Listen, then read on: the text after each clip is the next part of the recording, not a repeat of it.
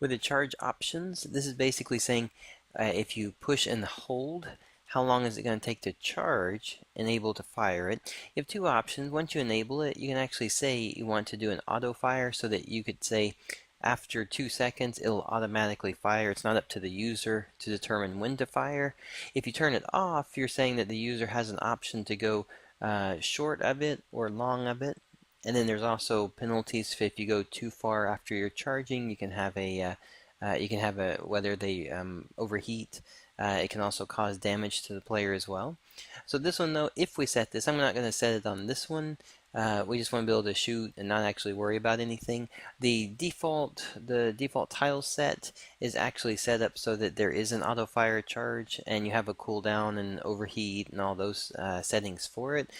For us though, we just want to be able to fire as quick as we want and just have fun being able to shoot it, not worrying about the additional rules and things for it. Alright, the charging on the speed. So there is a min speed, max speed. What this means is that based on your time, so the charging minimum charge time to be able to use it is 1 second, so you have to hold down 1 second.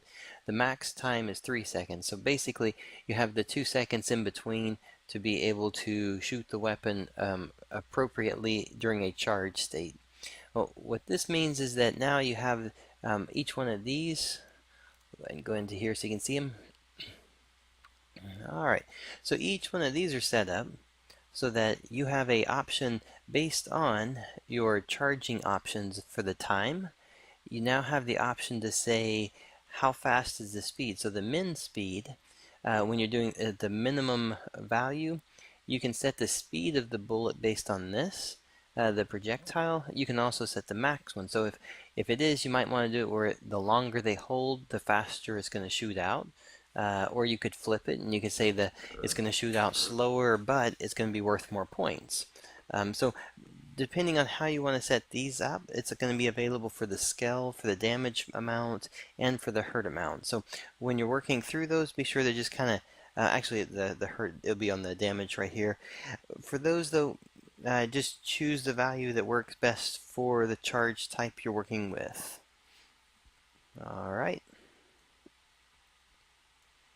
And then the charge hurt primary, this one and the hurt primary, this is going to be if you overcharge. So if I go over that 3 seconds, is there a penalty? If there's a penalty, then you can enable this and you can say yes. If the overcharge time is past the 2 seconds, then the amount of hurt that's going to be applied is this much. And this is a flat amount. It's not going to be, it's not calculated into the hit points. This is just, if you take it, you'll lose 10 points off your health. Alright. Then you have a charge color primary. And if you, for instance, maybe you don't have an animation that goes with it, then you can use the color for the charge. That way visually, it'll give a visual cue for the end user so they know that there's actually the weapon's actually being charged right there. Alright, so that's going to be the basic setup for the charging, different charging states.